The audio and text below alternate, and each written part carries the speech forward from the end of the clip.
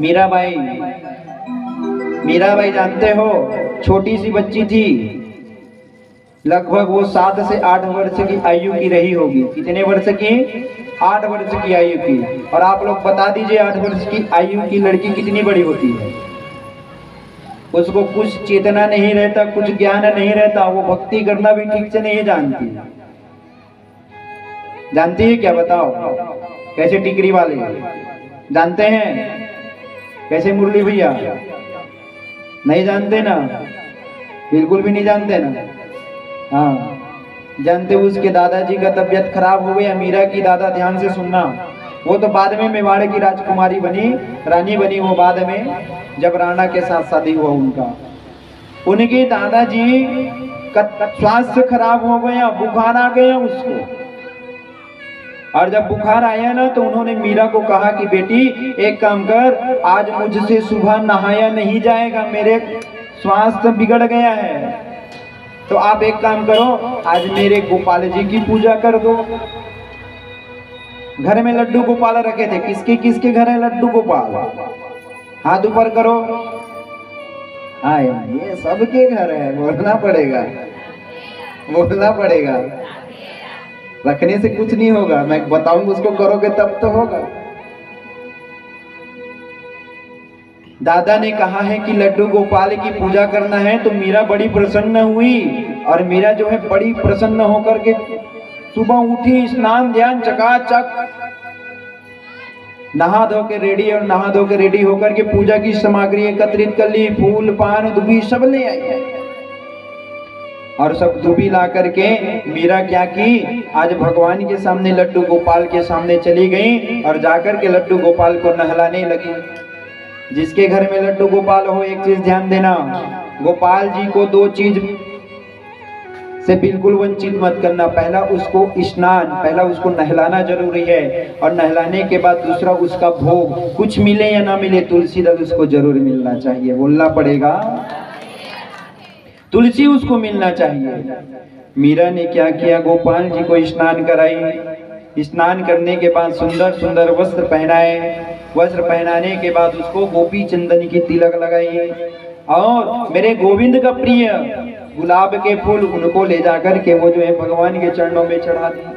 सज्जनों जानते हैं विधिवत पूजा की आखिरी में जब समय आया तो मीरा ने भोग की प्रसादी जो भोजन बनाई थी, सबके घर भोजन पकता है कि नहीं पकता है? कि टिकरी वाले बिना खाए रहते हैं? खाते हो ना? दाल चावल सब्जी भाजी नून चटनी, और बासी कौन कौन खाता? मैं यही टिकरी माया होत नहीं खाऊं, लेकिन बाकी जगह बासी खा लेते हो कबू कबू, बोलना पड़ेगा।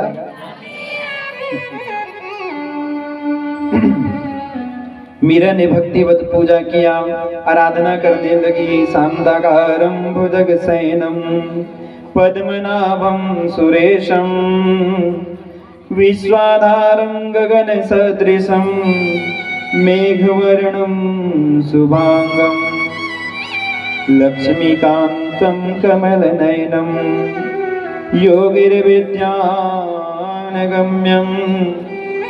वंदे विष्णु भवभयहरणं सर्वलोकैकनाथम्।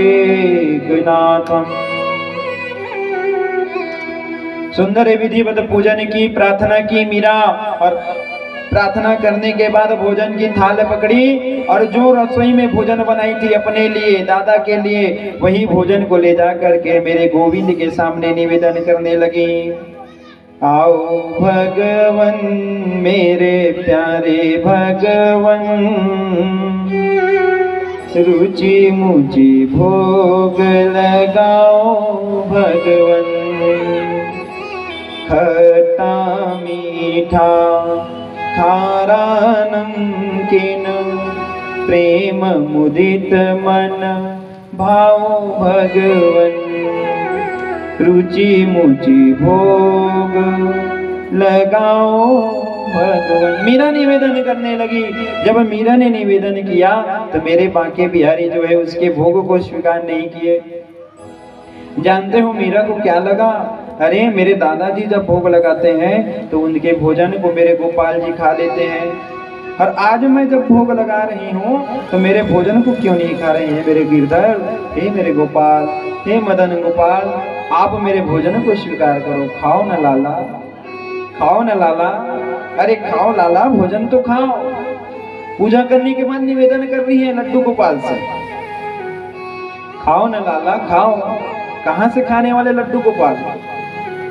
मीरा के मन में भाव जागृत हुआ। क्या हुआ जानते हो? वो सोचने लगी रोज मेरे दादाजी आपको भोजन कराते थे, और दादाजी जब भोजन कराते थे तो आप उसको खाते थे। हाँ मैं लड़की हूं ना, मैं भोजन करा रही हूँ, आपको शर्म आ रही होगी। एक काम करो, लो लाला आप भोजन करो, मैं चली जाती हूँ। ऐसे करके वो बाहर निकली, पर्दा बंद कर दी। पर्दा बंद करने के बाद खड़ी खड़ी प्रतीक्षा करने लगी। अब मेरे लाला भोजन कर लिए होंगे, अब मेरे लाला खा लिए होंगे, देखने लगी। फिर पर्दा खोल के देखी तो भोजन ज्यों को त्यों रखा था। मीरा फिर सोचने लगी लाला भोजन क्यों नहीं कर रहा है। जाकर के बैठ गई और बैठ करके फिर वो निवेदन करने लगी कि हे लाला तुम भोजन क्यों नहीं कर रहे हो? अरे लाला भोजन कर लो ना। जानते हो भोजन नहीं की। कन्हैया को कहने लगी, क्या कहती है जानते हो? ध्यान से सुनो। देख कन्हैया, अगर तू भोजन नहीं करेगा तो मैं भी भोजन को नहीं पाऊंगी। आज मैं भी भोजन नहीं करूंगी, अब तो खा लो। कहां से खाने वाले कन्हैया? बैठे बैठे देख रही है, अब मेरे लाला खाएंगे। खाओ न लाला, खाओ न लाला, खाओ न लाला। ये खाओ न लाला की रट लगा करके मीरा बैठी रही। सज्जनों सुबह का शाम हो गया, न मीरा खुद खाई न लड्डू गोपाल ने खाया। मीरा देखती रही, पुकारती रही, बार बार निवेदन करती रही, अब तो खा लो लाला, अब तो खा लो। जानते हो लड्डू गोपाल भोजन नहीं किए। देखते देखते रात हो गई। जब रात हुआ ना तो मीरा के मन में आया कि अब मेरे कान्हा नहीं खाने वाले। तो मीरा ने क्या किया जानते हो? अपने सिर को भगवान की जो पाटा होता है ना जिसमें हम लड्डू गोपाल बैठा के रखते हैं, वहां अपना सिर को वो पटकना शुरू कर दी। देख लाला तू अगर भोजन नहीं करेगा तो मैं आज अपने प्राण को त्याग दूंगी। जानते हो सज्जनों, जब उन्होंने अपना सिर पटकना शुरू किया और जब सिर पटकना शुरू किया तो उसका सिर फट गया और उसके सिर से रक्त की धार बहने लगी। और जब रक्त की धार बहने लगी तो मेरे गोविंद से रहा नहीं गया और मेरे गोविंद जो है मीरा के सम्मुख आज उस लड्डू गोपाल की मूर्ति से प्रकट हो गया। बोलिए नारायण भगवान की। लड्डू गोपाल की मूर्ति से मेरे गोपाल जी प्रकट हो गए। कहे मीरा तुम अपनी सिर को मत पटको, मैं आज भोजन को खाता हूँ। आज मीरा के निवेदन करने पर, मीरा के निवेदन करने पर आज लड्डू गोपाल ने मीरा के बनाए भोग को खाए। सज्जनों, सबसे बड़ा अगर कोई चीज होता है ना तो गोविंद से प्रेम, भगवान से प्रेम, ईश्वर से प्रेम, अपने आराध्य से प्रेम। मीरा के मन में प्रेम जागृत हो गया तो मीरा ने पीतल की मूर्ति में भी लड्डू गोपाल को प्रकट कर दिया। सज्जनों, जीवन में सब कुछ है, अगर आप करना चाहोगे तो भगवान आज भी प्रकट होंगे। सज्जनों, इसमें देर नहीं है। उस दिन से रानी मीरा जो है धीरे धीरे बड़ी हुई, अपने दादाजी को बताया। दादाजी ने देखा कि मीरा भोजन की थाली भर के ले जाती है लेकिन खाली थाली बाहर जाती है। पूछे मीरा ये क्या करती हो, भोजन कहाँ गया, प्रसाद तो दो। बोले मेरे गोपाल जी खा लिए।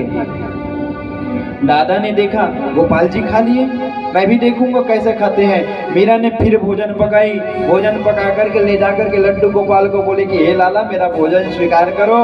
लड्डू गोपाल प्रकट हुए, उसके भोजन की थाल से भोजन को खाए, फिर अदृश्य हो गए।